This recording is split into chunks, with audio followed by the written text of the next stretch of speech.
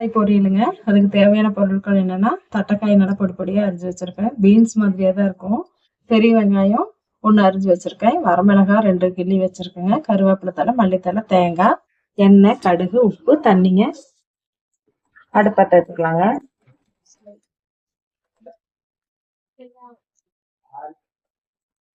எண்ணெய் சேர்த்துக்கலாங்க. ஒரு 1½ ஸ்பூன் எண்ணெய். கடுகு சேர்த்துக்கலாம். எண்ணெய் சேர்த்துக்கலாங்க.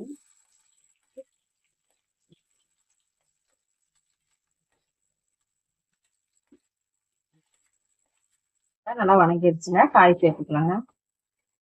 காயெல்லாம் சேர்த்தியாச்சுங்க. உப்பு சேர்த்திட்டு காய்க்கு தகுந்தாப்புல உப்பு சேர்த்துக்கலாங்க. உப்பு சேர்த்துட்டு தண்ணி சேர்த்துக்கலாம். வெந்ததை பார்க்கலாங்க.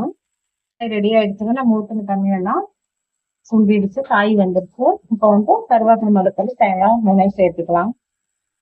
ஒரு கலர் இருக்காங்க. அவ்வளோதான், பொரியல் ரெடிங்க. லைக் பண்ணுங்க, ஷேர் பண்ணுங்க, கமெண்ட் பண்ணுங்க, சப்ஸ்கிரைப் பண்ணுங்க, பெல் ஐக்கானை கிளிக் பண்ணுங்க.